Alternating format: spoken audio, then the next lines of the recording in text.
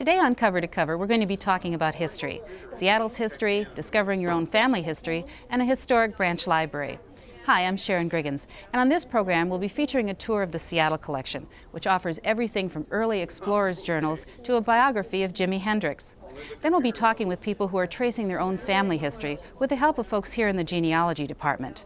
We'll be learning about a gift that's putting smiles on a lot of faces and kids throughout Seattle, and we'll pay a visit to Douglas Truth Library. So stay tuned to learn more about your library on Cover to Cover.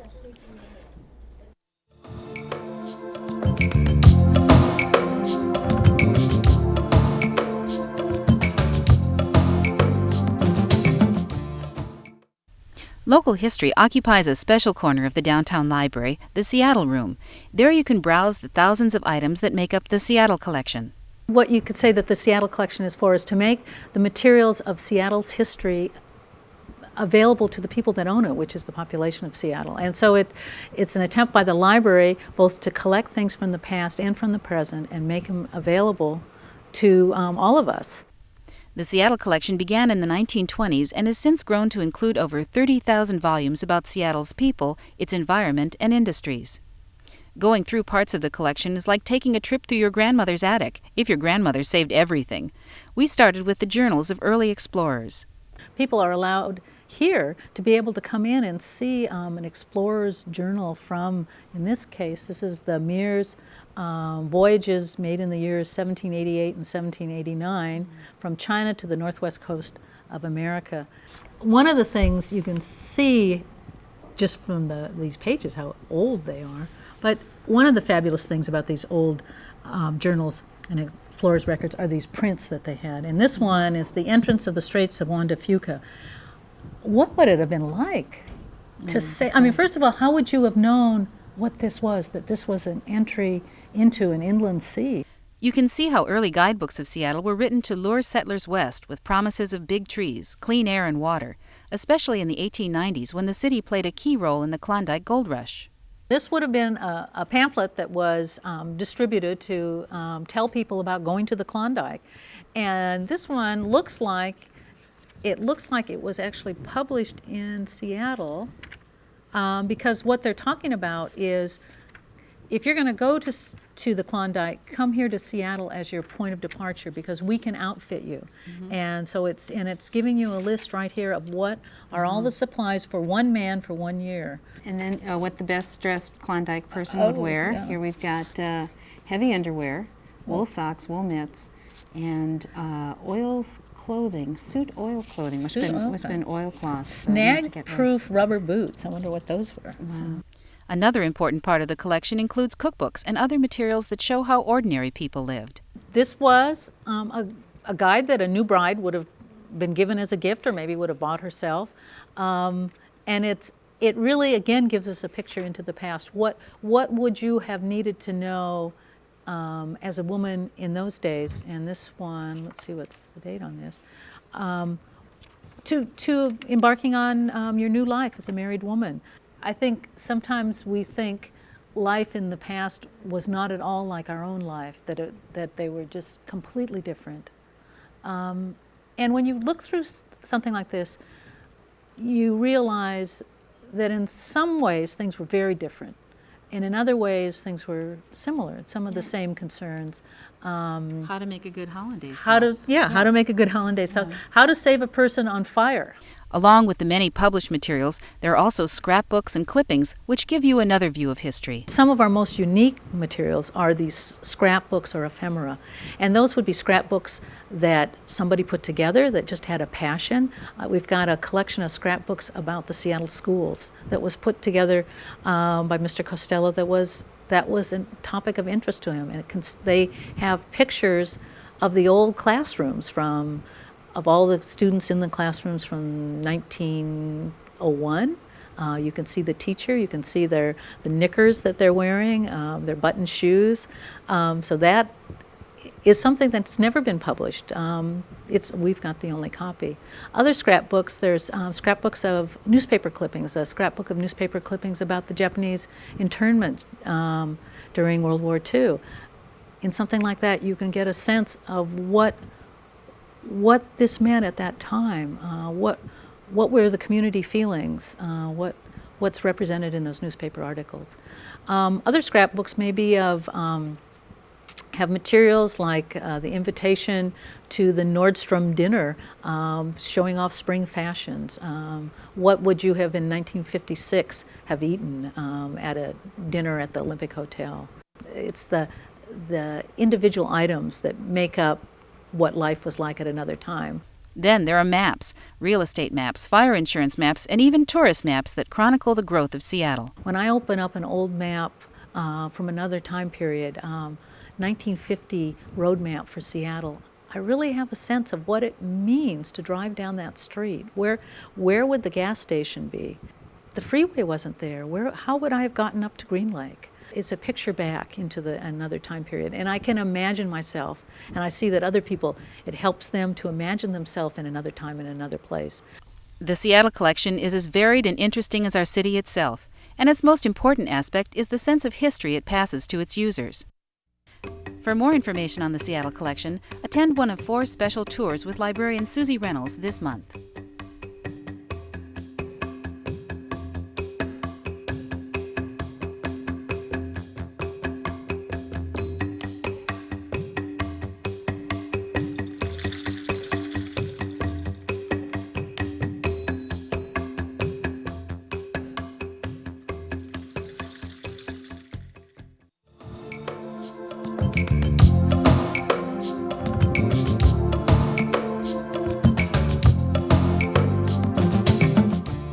In days gone by, genealogy was something reserved for nobility, but now it's one of the fastest growing hobbies in America.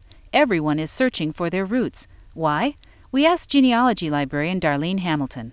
Individuals are trying to find out about their background for a variety of reasons. It may be just curiosity about a story that has been passed on down through the family. They may be wanting to use it for school purposes. There are a number of middle schools here on the West Coast that have cultural heritage fair projects, and one of the options that the children have is to select a family history project, or at least use that as a starting point, and then they may go on to talk about the culture that relates to their family background or the immigration experience, that kind of thing. Today we're finding individuals from all ages, all walks of life who are getting involved in family history. The middle school students that I mentioned earlier working on their school projects. We have career people who are working in the downtown Seattle area that will drop in during lunch hour, after work, to work for a short period of time on their family history. And then individuals who are retired, who have a lot of time to spend a whole day here at the library working on their family history. Genealogy is the study of your family tree, gathering your ancestors' names, birth dates, death dates, and the places they lived. So how do you get started? When someone comes up to the humanities desk in the downtown library and wants to get started with their family history, we'll give them an ancestor chart, which basically is an outline that they can use to record the names, dates, and places. They want to start out with what is known to them and other members of their family. They would want to look for documents that might be in the family's possession that would also supply information, and organize that information on the chart. Then we can make some suggestions about where they might start actually doing some research. This might involve going to a census record, or looking for a published family history, or supplying them with addresses of where they might write for additional information. From there, your research will take you through the library's large genealogy collection, which includes materials from all parts of the country. This collection actually covers materials from all parts of the United States, because the interest of the local genealogist is mostly from other parts. Most of us have come from someplace else in the United States, migrating to the West Coast. The types of materials will be family histories, which is a very popular section where individuals have actually worked on their genealogies and have published the materials. County histories is another big segment. The largest part of the microfilm collection would consist of census materials. Census records are used to basically give you an overview of what the family looks like at 10-year intervals. The first federal census was taken in 1790, and they have been taken at 10-year intervals since that time period, with the 1920 being the most recent one that we can look at. So that becomes a very important tool for beginning genealogists to use in preparing an overview of their family, and it also gives you clues to other records that you can use. A new addition to the department arrives this month, 2 CD-ROM workstations dedicated to genealogical resources. We're very excited about this new addition to the collection. We are going to be able to have 2 computer stations to access a collection of about 110 CDs, and this is all courtesy of a donation from Henry and Mabel Myers through the foundation. What's it like to research your family history? We talk with Cynthia Wilson, a member of the Black Genealogical Research Group. Well, I didn't enjoy history when I was in high school. I hated it. Now that I'm an adult, history is fun, and I really want to find the facts about the time period that I'm researching, what my families may or may not have been doing at the time. Cynthia has documented her ancestry back to 1803 and has undocumented collateral families dating from 1772. She was able to trace her family through slavery using birth records. In Virginia, birth records were started, birth and death records were started in 1853. 2 of my grandmothers and 1 grandfather were born in 1853 and 1859. And I found birth records for those 3 that had their slave owners listed on there. So I've been lucky in that aspect of finding my slave family. Mm-hmm. She is continuing her research, which now includes 15 families, some 1,500 individuals. You get a sense of history, you get a sense of who you are, you get the little stories that your family may not have told you when you were growing up about Aunt so-and-so doing cooking. You may get recipes that were handed down through families, and it's just a fun thing to do. Success stories like Cynthia's result from lots of detective work. There certainly is detective work that is involved in family history research, because you are obtaining information and looking at that information and picking up your clues of what you want to do next, and then following through with that. You also rely on your sixth sense about what might be a possible lead, and contacting other people. And genealogists get very creative about how they contact other people and how they get names of people to contact. And even if you don't think you have enough information to start tracing your family history, you may be surprised. Well, there are many individuals who come to the library and think that they don't have very much information because of circumstances in their family background. And that really is a challenge. And to be real honest, there are instances where you simply cannot go any further because you don't have the information at hand.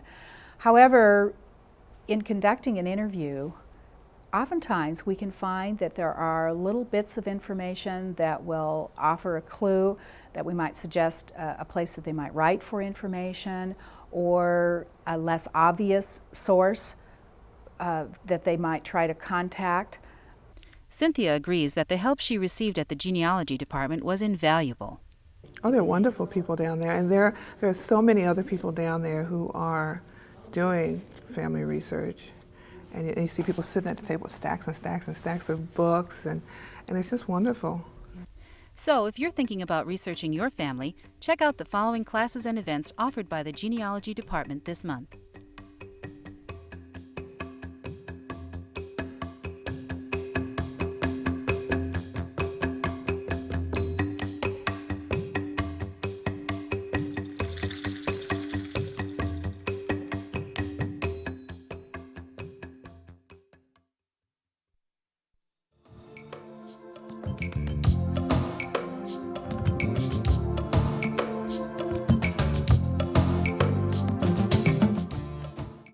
Sometimes children's books can get a little too much love, and that happens a lot at the Seattle Public Library. Last year, over 1.3 million children's books were checked out by families throughout the city, That adds up to a lot of wear and tear. A children's book lasts maximum about 115 circulations. At that point, you don't want to pick it up. It is so dreadful. And whereas adults come into the library and check out 2 or 3 books, and that can keep them occupied for 3 weeks, children's books, particularly the picture books, the family goes through so many more of them, and so they just get so much more use than most of the other books in the library do. So they wear out at a faster rate. But this year, thanks to a generous grant from the Paul G. Allen Charitable Foundation, there are lots of shiny new children's books filling the shelves.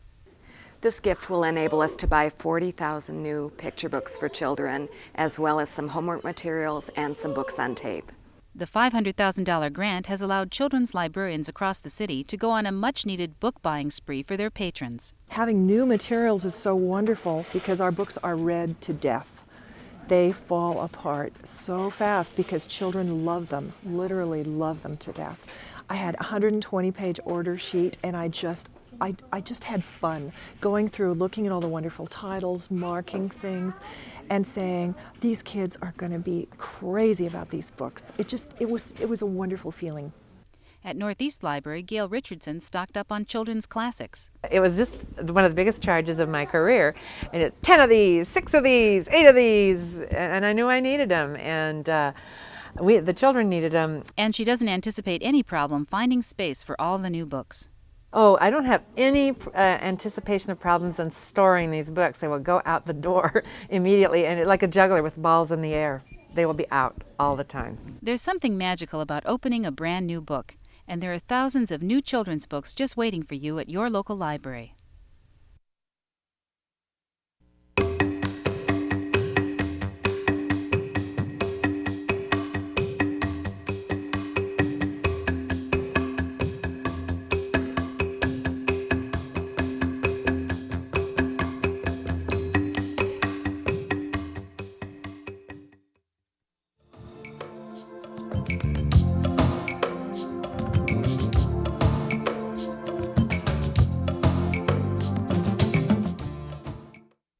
Ever since its opening in 1914, the Douglas Truth Library has played a vital part in its neighborhood.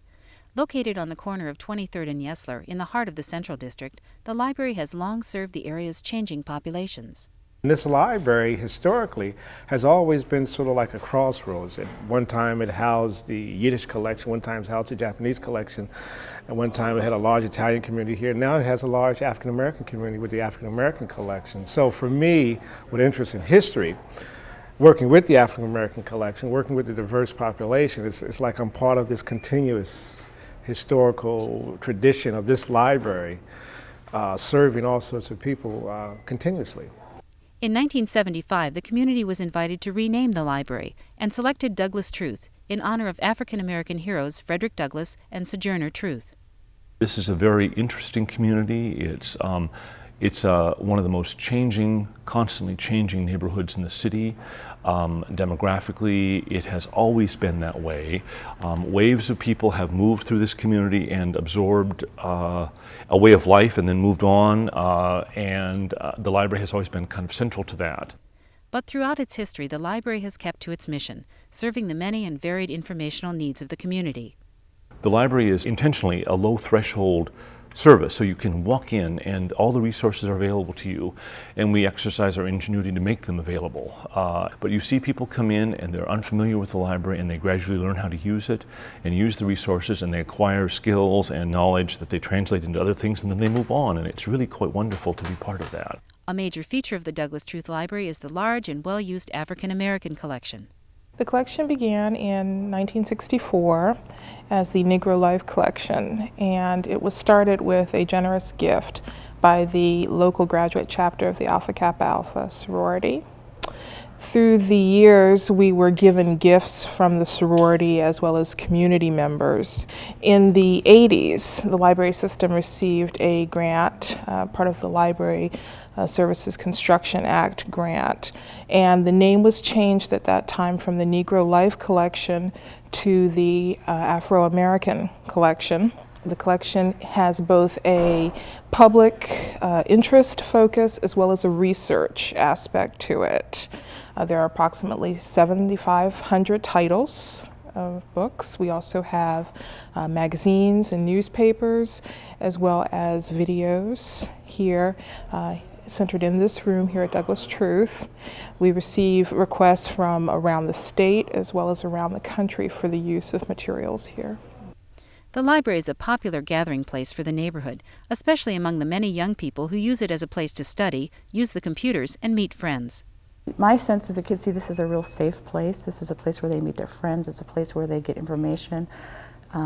It feels to me like the kids feel very, very comfortable here. Not only the kids, but the other members of the community as well, that this feels like a real pivotal place in the community.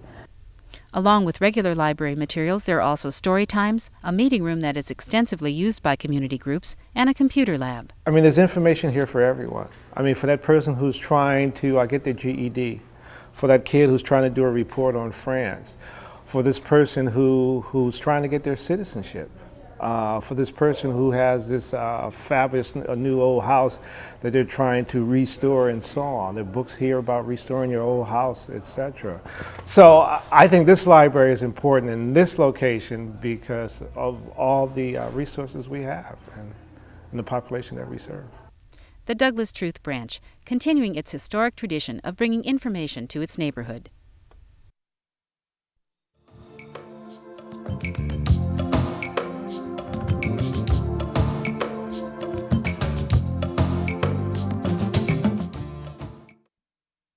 We're here with Nancy Pearl, Director of the Center of the Book at the Seattle Public Library, with 2 recommendations for reading this month. Nancy, you've got 2 very different ones again. One, I think, is your very favorite book of all time. The Evolution Man, or How I Ate My Father by Roy Lewis, I have to say, is one of my all-time favorite books. It was originally published in 1960 in England, never brought out in the United States, reissued in England in the late 80s, early 90s, became an unexpected bestseller, and Pantheon, which is an arm of Random House, brought it out here. This is the story of an upwardly mobile Pleistocene-era cave family. Father, who is the main character, Father is bound and determined when he dies, he wants to see his family in the upper Pleistocene. But he says, looking at his 3 sons, one of whom tells the story, he doesn't even think they'll make it to the middle Pleistocene. Now, I don't know if you know this, Sharon, but the Pleistocene was a time when man's life and woman's life was divided roughly into 3 parts. A third of your life was spent sleeping. A third of your life was spent hunting for food, and the remaining third of your life was spent chewing, because food was raw. So when Father figures out the good use that fire can be put to, and I don't want to give away how he discovers it, but it does involve an unfortunate accident to one of his sisters-in-law. When Father discovers that fire can be used to cook food, and cooked food you can chew much faster, that frees up a lot of time. So it was Father's family who did the first representational cave art that we find. It was Father's family who tamed the first wild animals, dogs. The domestication of dogs was because there was time now to do this. This is one of the loveliest, funniest novels. I think this is a novel that if you just read the first chapter out loud, you can't stop reading it. Now, how does the author set the scene? If it's in the prehistoric times, does he do a good job of putting you in that era? He's wonderful at setting the scene because you know when he's doing it that he has his tongue in cheek. One of the things that happens in here is that one of Father's brothers-in-law comes back, Uncle Ian, comes back from China. He's been to China, and he says to Father, you had better get started on all of your inventions because the Chinese are beating you to it. Nancy, why was this novel, if it is so popular and funny, gone undiscovered for so long? I don't know. I don't know if it's people thought here that the humor was too British. I'm not sure if they couldn't think of a good niche for it. Who would buy this book? There aren't a lot of books that you can see whole families sitting around listening to it being read out loud. So I think marketing probably had something to do with it, but this is a book that I can see at some holiday when you're sort of finished eating dinner and everyone's kind of bored and you don't want to watch television. Just have everybody curl up together and take turns reading The Evolution Man out loud. Great. Thanks, Nancy. So going from a very funny novel to something a bit more thrilling and a moral thriller as well? I think we could call this a moral thriller. This is a first novel also by a man named Joe Cannon who worked in the publishing industry. He visited Los Alamos in New Mexico and just became fascinated with both the landscape of New Mexico, and particularly Los Alamos where the Manhattan Project took place, but also became really enamored of the history of the making of the atomic bomb. So this is a thriller that is set in the spring of 1945, and it concerns a murder that takes place. One of the security guards at Los Alamos is murdered. The Albuquerque, the New Mexico police think that it's just a random murder, but Robert Oppenheimer, who is one of the characters in Cannon's book, really worries that that murder has some security implications. So he brings in an army investigator to try to find the murderer. Now, how does it work, though, weaving a thriller or a murder mystery within the background of such an incredible time at Los Alamos? I think what that does is give the novel a center, and that's what gives the novel its moral dimension. Because when we look at World War II, and when we look at Truman's decision to use the atomic bomb on Japan, we look at it with all of our prejudices. We know what happened. We know the huge number of people that were killed. The people who were working on the bomb, that were in the Manhattan Project, didn't have that 50-year down the road perspective. To them, this was something that had to be done, and for many of them, it would be the best work that they would ever do. And what just stunned me when I talked to the author of this book is when he said, you know, the average age of the scientists working on the bomb was 27 years old. Robert Oppenheimer himself was just 33. Wow, that's wonderful. Are there many thrillers that are set like this, that an author will pick a particular historic time to set his thriller in? Yes, there are. Not all of them do it as well as Joe Cannon did. And I think what your question leads me to think of is the problem that thriller writers are having since the end of the Cold War. The Cold War was always the central focus of thriller writers from like John le Carré, Graham Greene, even Tom Clancy. What's happened now is that they've all been scrambling around to find something else to write about. And what they're doing is either going back to the past, as Joe Cannon did, or veering off in a totally different direction. John le Carré's novels, since the end of the Cold War, have dealt with the drug wars or the situation in a disintegrating Soviet Union. Great. Sounds like a wonderful book. Thanks so much, Nancy, for joining us. 2 good novels again for your reading pleasure this month. We've been talking with Nancy Pearl, Director of the Center of the Book here at the Seattle Public Library. We'll see you next month. Thanks, Sharon.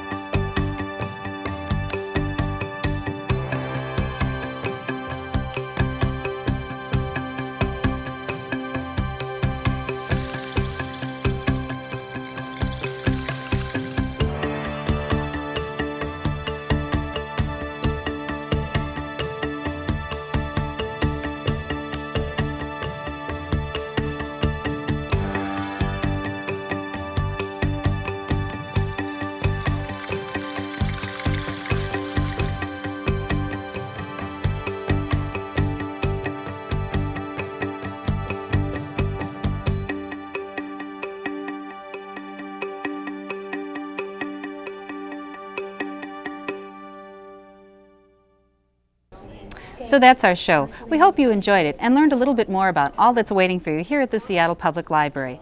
I'm Sharon Griggins. Thanks for watching.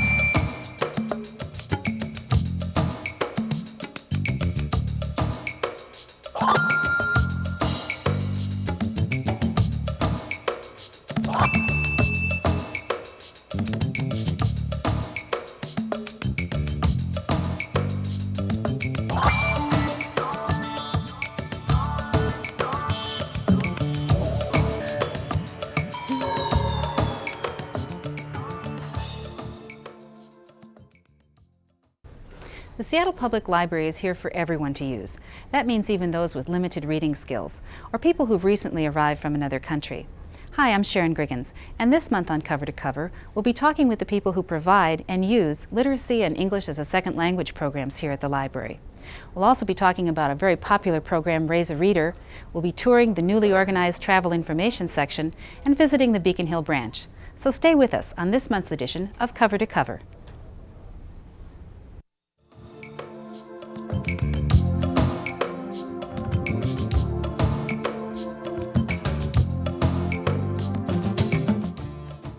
Suppose you didn't know how to read. We have people who come to our various desks and they whisper, say, you know, I can't read. Can you help me out? Or we're just learning English. Every week I pick up some new word, but what would a visit to the library be like? I get up and start walking them to the ESL area to show them where the resources are. And then in the process, finding out what their name is, you know, where they're from, to establish a rapport. And that usually helps to make a person feel more comfortable, like they're a person and you care about them. That's what new library patrons can expect when they meet the staff of the Literacy and English as a Second Language programs at the Seattle Public Library. 同埋裏邊咧，你可以咧學啲字，又學嗰啲 grammar，咪花語法，係啊。The library offers a wide variety of materials and services designed to help people who are not yet fluent in English or those with low-level reading skills, and the staff works hard to reach out to these special populations. 文嘅呢個係 American English one. So the outreach is real important. We bring in close to 2,000 people each year that wouldn't normally get to the library or know about the library. To reach parents with young children, there's Start Smart, a program that the library offers in conjunction with the Literacy Action Center in Greenwood.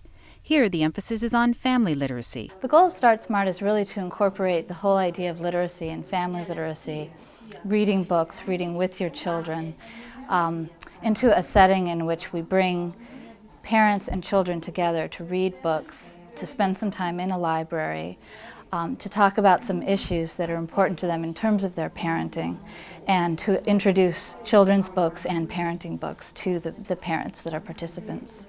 Each week, parents gather at the Greenwood Library with their children to enjoy books, discuss parenting, and learn from each other. We want to get them interested in books and the importance of reading. To go to the library, to get a library card, and to know the library is a friendly place and a fun place, and it's very important to read to kids. While the children are busy with activities upstairs in the library, parents can talk about how to access library materials for their family and the everyday challenges of raising children. You can read books and you can, get an answer for something, but if you've actually talked to another parent who may experience what you experience, you get a more hands-on, direct answer. And I like the fact that I can come and I can share if I'm having a bad week, if I've had problems with, you know, Madison or with David not sleeping, and I can share that with the group. It's been very helpful. I think it's a program that really addresses one of the fundamental needs of many of our parents, which is incorporating reading into a family setting, which is taking something that is a learning environment for yourself, working on your reading and writing and parenting skills as an adult, but doing it in a setting in which your kids are a part of that program and that process. And so they're here together and they share time in the library and share time reading and listening to stories. But there's also some support here in terms of the wonderful volunteers that we have that help take care of the children upstairs in the library, and the facilitators that we have in the parents program, to allow parents some time to get together just with other parents and talk about some of these issues that are important to them. For those whose reading skills are limited, the library offers materials and support in the Adult Learning Center on the 3rd floor of the downtown library. Yeah, the reading place is set up to be usable by someone who's not familiar with the Dewey system or is new to the system. They're bins as opposed to shelves, so it's face out as opposed to spine out for the most part, and we have a video collection for basic skills development. We have books on tape. We have the reference materials that I mentioned, the dictionaries. There is also a special computer class, Wired for Learning, designed for new English speakers and low-level readers. Taught by volunteers, the class is geared to cover the basics of using a computer and includes lots of hands-on practice. Another large population the department serves are people who want to learn or improve their English. The library's ESL services has a wide array of books and tapes to help them. There's also lots of information for people wishing to become citizens, including videotapes, where to find citizenship classes, and a complete citizen information packet. For those who want to practice their English in a group setting, ESL Services offers a program called Talk Time, where new English speakers gather for conversation and fun. We have Talk Time at 3 sites, and basically is to give real-life conversation practice for those who may be learning English in the classroom but have no speaking practice, or those who are learning on their own but who are really afraid to talk to strangers on the street. Talk Time can seem a little like a mini United Nations, with participants from many nationalities meeting to learn new words and make new friends. It is a beautiful time for me. It is a fun time. It is beautiful people, American people, who want to help us. The services provided by the Literacy and ESL programs make a real difference in people's lives. For more information or to volunteer, check out these events.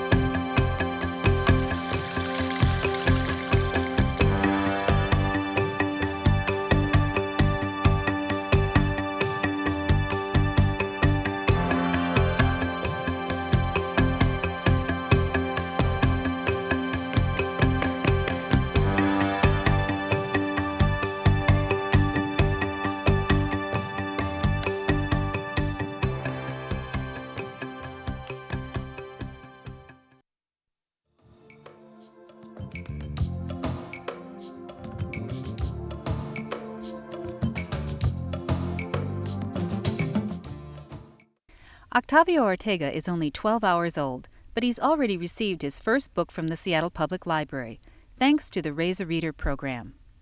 This particular program is aimed at a group of people who might not ordinarily use the library or be familiar with what is offered.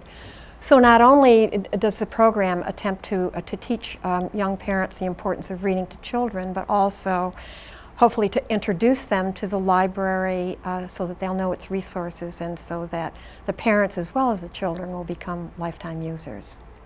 Raise a Reader, geared to the city's youngest library patrons, is a project of the Friends of the Library.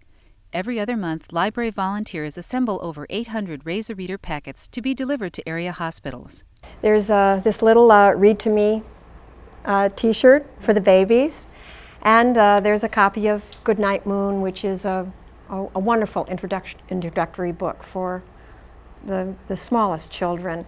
There's also an information sheet for new parents, which gives, for example, a list of books that are good for the youngest children. This has some little games that you can play with your young babies, finger play and that kind of thing, a list of cassettes. And it also has a coupon here that the parents can take to their local branch library before the baby reaches the age of 1, and they can get another free book. The packets are then given to new parents as they prepare to take their baby home. Giving parents this special packet helps introduce them to library services and reinforces the importance of reading to babies. Anything we can do to reinforce reading to your children and getting them enthusiastic about reading is extremely worthwhile. So we're very happy that we have the packs to give out. Raise a Reader reaches thousands of parents each year and sends future library patrons, like Drew Christofferson, home from the hospital with a good book. Good night, air. Good night, noises everywhere. Oh, the bunny's asleep now. All done. It was a good story. Do you want to hear it again? Yeah.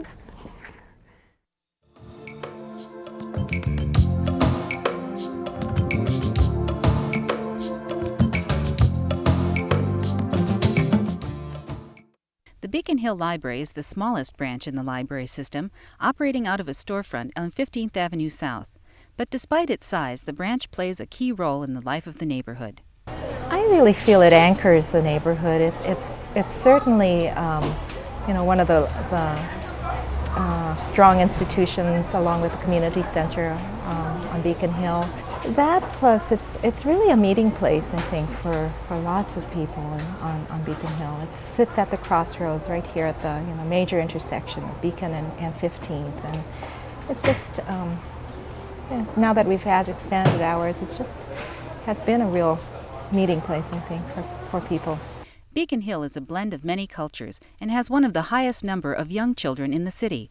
It's a neighborhood that uses the library and needs its resources. We're a very diverse community. We have a lot of kids, a lot of elderly. We're really dependent on public transportation more so than a lot of other neighborhoods. We have a lot of walking just in the area, and because of the resources available to people of different languages and things, the library is a natural outlet for that kind of thing. The Beacon Hill branch has the feel of a small-town library with a friendly and dedicated staff. The librarians not only know most patrons by name, they often know just what kind of books they like. Diane has been very kind. She knows the kinds of books that I like, and she will occasionally say, "I've reserved a book for you, Doris." There's also a large collection of foreign language books, a computer area, a language learning center, and a well-used children's section, complete with toys and games. After school and in the summer, the library becomes a major hangout for neighborhood kids like Johnny Dang. Well, I like to use the computers, and they have a lot of books that I like, so I come here a lot. Using the computers or checking out materials, the children find the library to be a safe and fun place to go. I know personally a lot of children that would be latchkey children with nothing to do and no supervision if they didn't attend programs that the library offers. So I think it's really important. The Beacon Hill branch may be the smallest library in the system, but it is well loved by its patrons.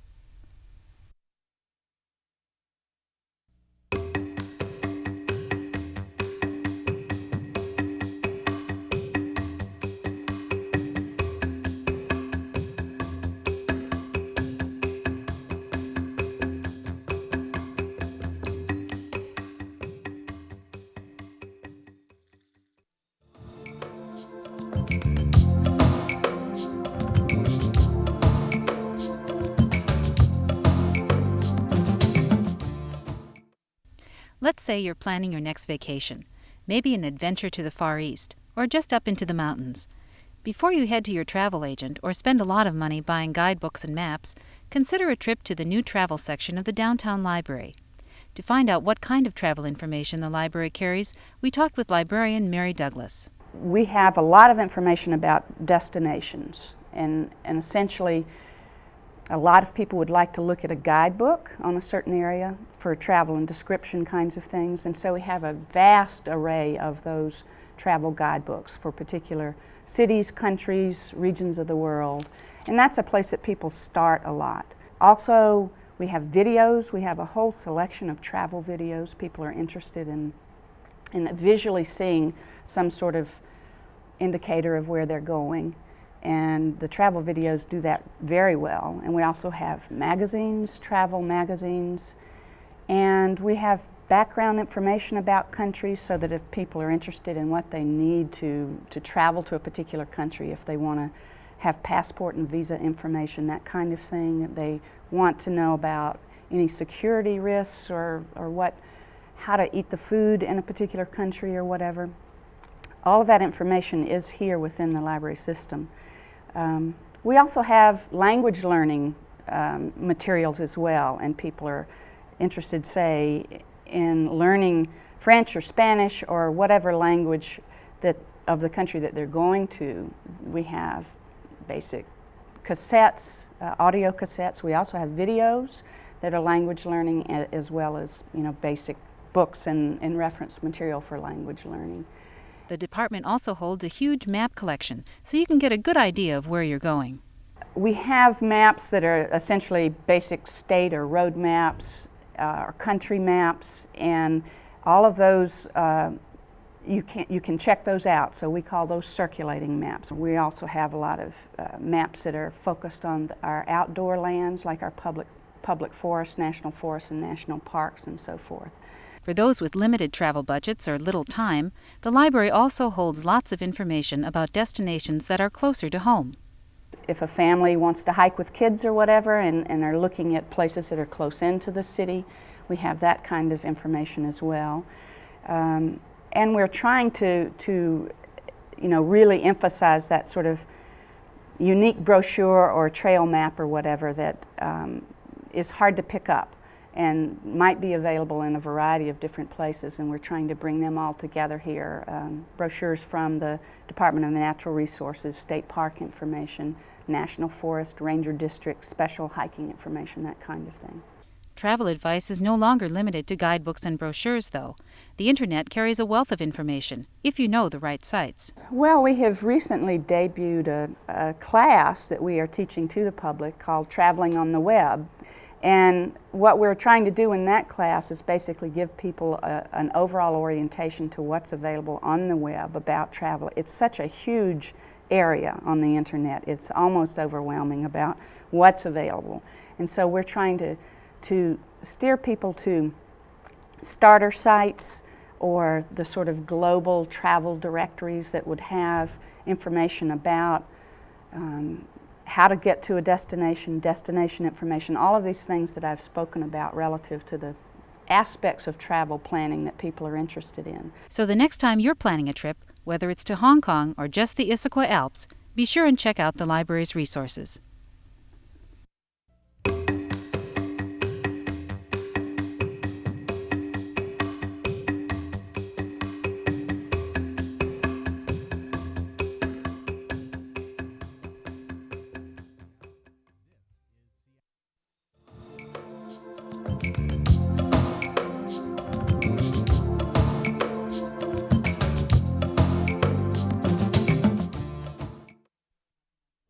Well, it started out with the interest over the movie has, of course, created a lot of interest on anything about the Titanic. And I got a reference question where a person wanted to know what the largest single family of people who were lost on the Titanic was. And so I was looking through everything I could find to see what we had that might list survivors of the Titanic, and came across in our local ship file, even though the Titanic was certainly not a local ship, a reference to a report from U.S. Congress on the loss of the Titanic. We are a depository for federal documents, and we get a complete series of House and Senate U.S. congressional publications called the serial set. And basically they're big fat volumes, quite often, of unrelated documents jumbled together until they fill a volume, and then they publish another volume. And among, in this particular volume, there's a series. It starts out with pensions and increase of pensions for certain soldiers and sailors of Civil War. And then in the middle of it is an investigation into the loss of the SS Titanic by the U.S. Senate Committee on Commerce. They interviewed everybody from the president of the steamship company on down. There's a list of witnesses I found was interesting because some of the witnesses were like cabin stewards and a bar steward and things like that. So I mean, they were interviewing crew of every type and so on about it. So I was kind of surprised to see that the federal government had been involved in this investigation.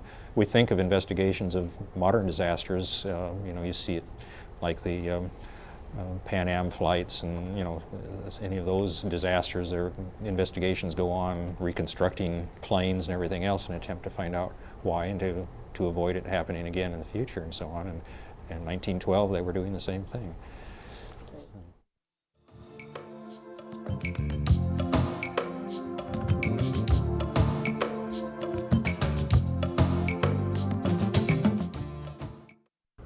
We're here with Nancy Pearl, Director of the Center for the Book here at the Seattle Public Library, with more book recommendations for this month. Welcome, Nancy. Thanks, Sharon. Good.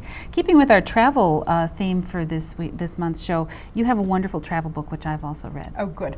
It's called Terra Incognita, Travels in Antarctica by a woman named Sarah Wheeler, who actually went to Antarctica as part of the National Science Foundation's program to encourage not just scientists to go, but also writers and artists. And she was a writer, had written 2 previous travel books, and always had this desire, as I think many of us do, to sort of go to a place, the last unexplored place left. And this is her experiences.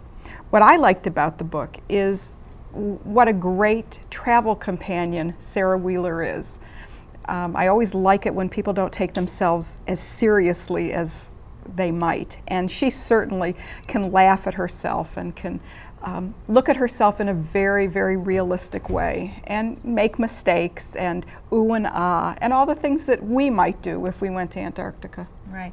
I really enjoyed the way that I think Antarctica kind of got into her blood, and so it really chronicles 3 journeys that she went through.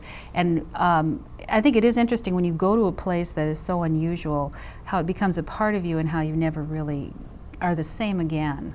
And I think that's what she found. And it seems to me that one of the points she's making in this book, and she talks about the other great explorers, Ernest Shackleton, and she talks about how Antarctica got into their blood as well, and they were never the same afterwards. Right, right. And then I love the details that she put into it, the historical things, but also what she wore, what she had to bring along, you know, how she went to the bathroom even. I mean, all the things that you would really want to know. And the people that she met, those interesting people who spend months and months and months there and just, I think, go a little bit nuts, which I think would probably be the state of most of us who spent all that time. Right. She visits the other thing, the interesting thing too about visiting the different camps, the Italians and the New Zealanders, and you get the flavor of what each country is like by visiting the camp. Yeah, and it's almost like a miniature United Nations. All of these people have their part in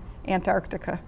And they all think, and the love that they all have for it was so fascinating to read. And one of the things I think that's so appealing about this book is the wonderful picture on the cover with the penguins walking along, which is how we all think, I think we all think about Antarctica in those terms. And she, you know, comments a lot about the weather being not that terribly cold. You know, she'll think, oh, it's very balmy today. It was a little bit above 0. Which, you know, everything is relative, I guess, when you travel. Absolutely. Right. It's a wonderful travel book because it will take you to a place that, and describe it so vividly, a place that probably not many of us will go. And isn't that a shame that we can't go there? Right. The next book you have for us is a different sort of collection of letters. This is a wonderful collection of letters. It's called Dear Genius, The Letters of Ursula Nordstrom. And Ursula Nordstrom was the children's editor at Harper & Row from 1940 to 1973. And she always referred to the authors and illustrators that she was working with when she wrote them letters, and it was all done by letters. There was, of course, no email, or she was a great letter writer. She always started her letters as Dear Genius. And Ursula Nordstrom, I think, defined the middle of the 20th century for children's literature. She is the person who is responsible for Laura Ingalls Wilder's books and choosing the illustrator who we associate now with Laura Ingalls Wilder. She published Goodnight Moon. There's letters in here to Margaret Wise Brown. She published Curious George. This is a woman who had her hand in all the children's books that are still in print and classics today. And what a wonderful backlist that is for Harper & Row. What would the letters contain? What The kind letters, of advice? they're questions to the author or the illustrator. What did you think about this? The illustrations that this one particular person did. She sometimes says, this I think didn't work for me. This is what I would want you to do in this place. There's wonderful letters between Ursula Nordstrom and Maurice Sendak about where the wild things are, and In the Night Kitchen, and how pleased, she says, how pleased Maurice Sendak should feel because In the Night Kitchen is such a remarkable book, she says. There's a terrific letter in here to a young girl who had written to Harper & Row after this little girl read Charlotte's Web. And she wrote and said she just didn't think that Charlotte, the spider, should die. And Ursula Nordstrom wrote back and said to her, you know, when I read the book, I didn't think that Charlotte should die either. And one of the things that the book does is teach us that things come to an end. And that letter was so typical of someone who takes children's books seriously and respects others, no matter what age they are, who take children's books seriously. Is this a book that people who write children's books or aspiring writers of children's books would enjoy? I think so. I think this has a far-ranging appeal. I hadn't thought of writers or illustrators for children's books, but I think yes, because Ursula Nordstrom was this very, very important person. I think parents who are interested in what books to get their children from the library or to purchase for their children could do much worse than to just take every book that Ursula Nordstrom was responsible for bringing out and using those books as a reading tool, as a reading guide. She worked with E.B. White on Charlotte's Web and on Stuart Little. We won't see the likes of her again. I don't think. I think that publishing has changed too much since the early 1970s that no one person can have that much influence and create that many books that are going to live forever, as Ursula Nordstrom did. Great. Thank you so much, Nancy. Great recommendations for this month. Thanks for joining us again. I'm here with Nancy Pearls, Director of the Center of the Book here at the Seattle Public Library.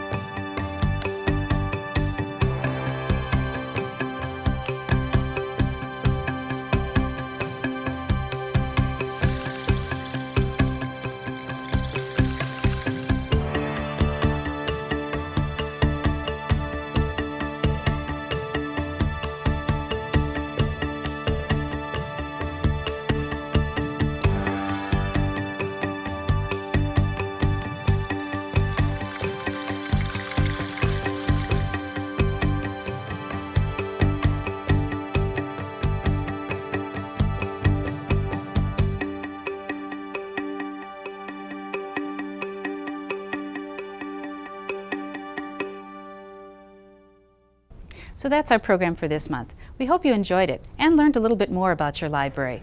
I'm Sharon Griggins. Thanks for watching.